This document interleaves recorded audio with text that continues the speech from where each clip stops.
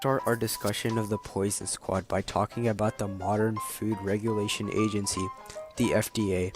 The Food and Drug Administration ensures that our food and medicine are safe to consume. In fact, their mission statement is as follows. The Food and Drug Administration is responsible for protecting the public health by assuring the safety, efficacy, and security of human and veterinary drugs, biological products, and medical devices. Now let's take a moment to visualize a world where this quintessential organization didn't exist. We may not even have a world due to the toxins that would leak into our foods, killing millions of people each year at the very least. We would have a pseudo-apocalyptic society. We aren't in that place thanks to the potent efforts of Harvey Wiley and his leadership in the Poison Squad. So who is Harvey Wiley and what is the Poison Squad?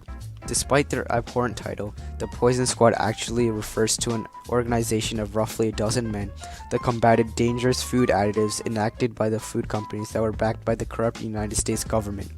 Now the FDA requires all food and medicine in stores to list out the ingredients used and what the major ingredients do, as a form of a safety measure, preventing companies from adding certain chemicals that put the customer at risk. But back then, there was no such federal organization preventing this from happening. Rather, individual state governments were in charge of their own legislation.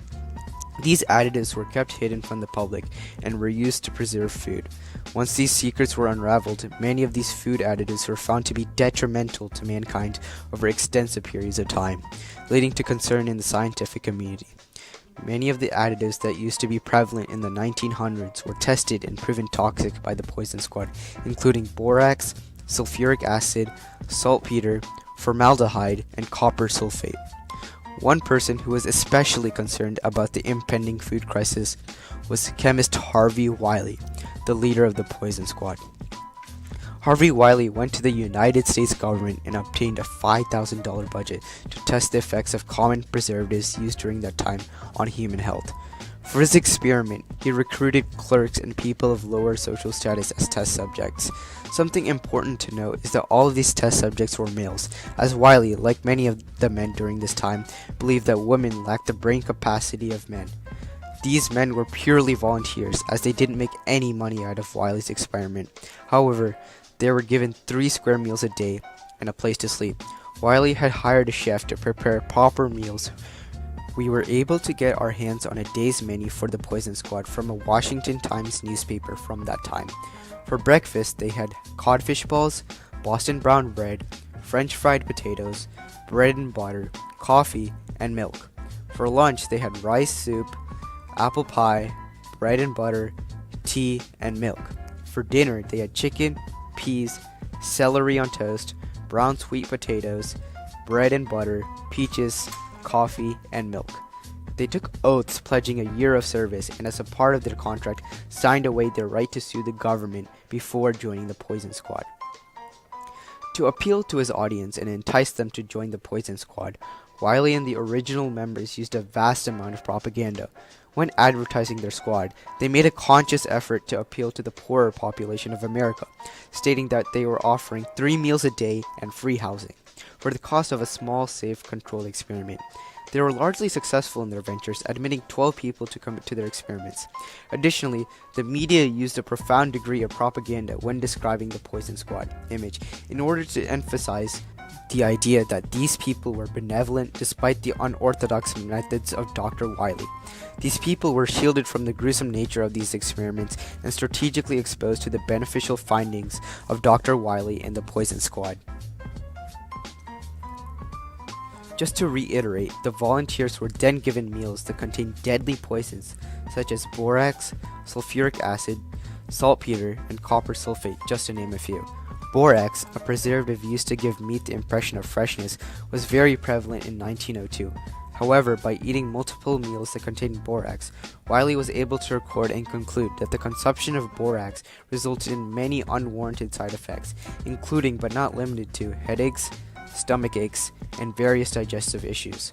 Through extensive testing, Wiley was also able to discern that the ingestion of copper sulfate directly leads to nausea, diarrhea, and vomiting. Shockingly enough, this toxic and potent chemical was used for an incredibly trivial purpose, turning canned peas a fresher shade of green. Sulfuric acid, which as we know today is a highly corrosive chemical that could literally dissolve human flesh, commonly used today only in a handful of household products, but was also added occasionally to certain meat products to serve as a preservative and maintain freshness.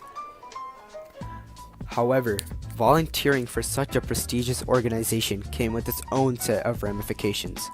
Almost all aspects of the volunteers' physical health, including but not limited to their urine, sweat, heart rate, and weight, all had to be carefully measured before every meal to ensure a man's continuation in the squad. If a man did not eat all of the food given to him, he would have been removed from the squad. If the entire squad became ill, that meant there was a problem with the food. However, if only one person became ill, that man was removed from the poison squad.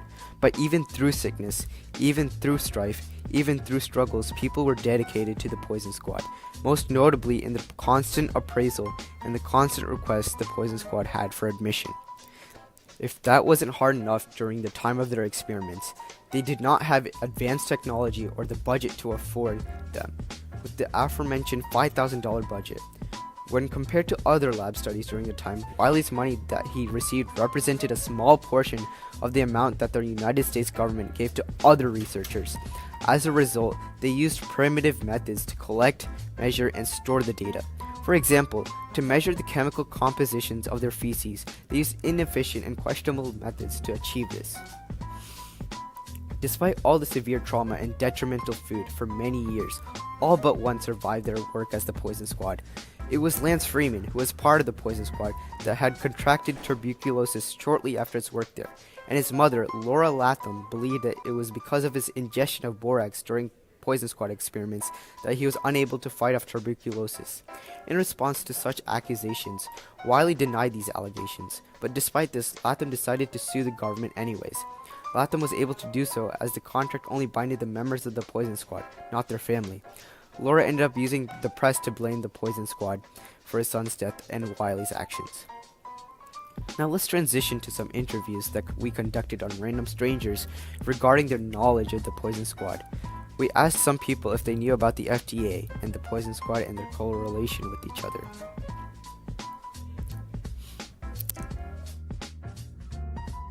I'm with Kashyap Chintakunta.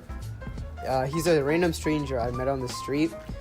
So Kashyap, do you know what the FDA is? It's the Federal Department of Agriculture, right? No, it's actually the Food and Drug Agency. Oh, really? Okay, yeah, so what they basically do is they make sure that your food and drugs are safe to consume.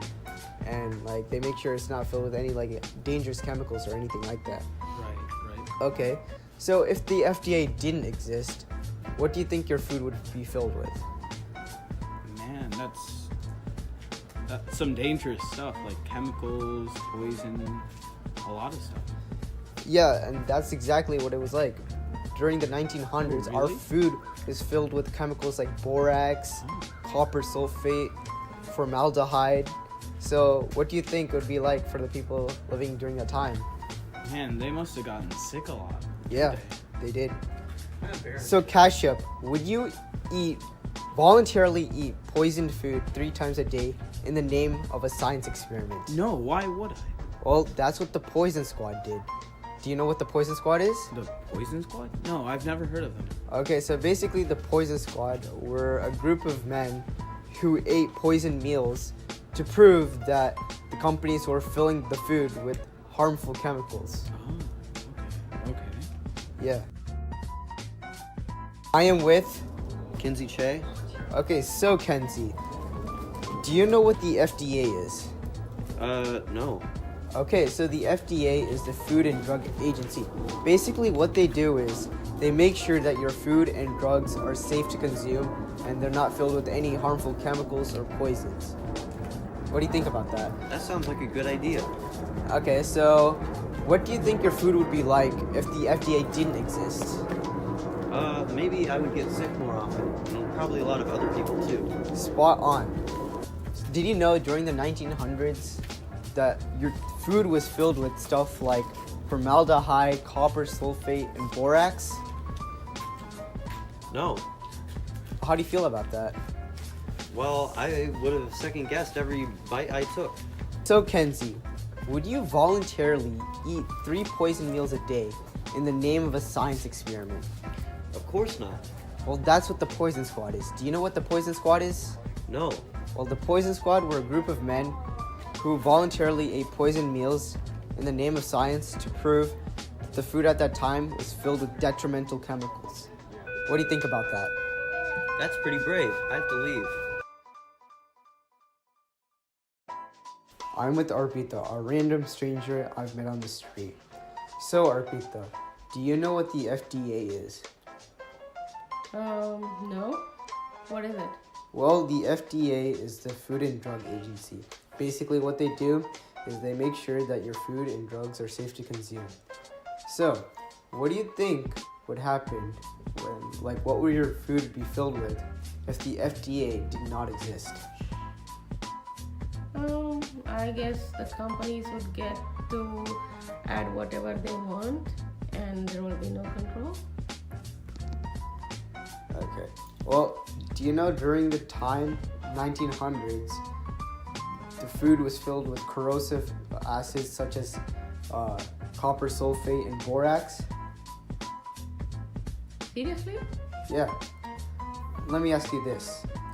Would you eat 3 poison meals a day in the name of a science experiment? No, why would I do that? Well, that's what the Poison Squad did. Do you know what the Poison Squad is? No. Well, basically, they were a group of 12 men that ate 3 poison meals a day to test out if the chemicals that food companies were putting, if they were harmful. That is worse than a soldier's role. You know you are eating poison, so it's bad.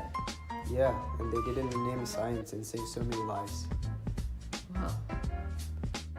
Seems like not a lot of people are aware of the Poison Squad. History classes tend to cover up some of America's dark history, including the advent of voluntary poison testing on American citizens. It is up to us as historians to uncover the truth and let it be known to the public. The heroes of the Poison Squad should be remembered for their actions in revolutionizing the food industry, making food safe to consume. Their pain and suffering should not be in vain, and we should be inspired by their actions to make sure today's food industry is making food safe for us to eat. I'd like to thank Jim Lee for his efforts in researching. Thanks to Akshay for leading this team and helping us out in all departments. Thanks to Sahas Ramanandan for designing the website. And thanks to Shekar Balasubramanian for editing and mixing the podcast. Thank you for listening.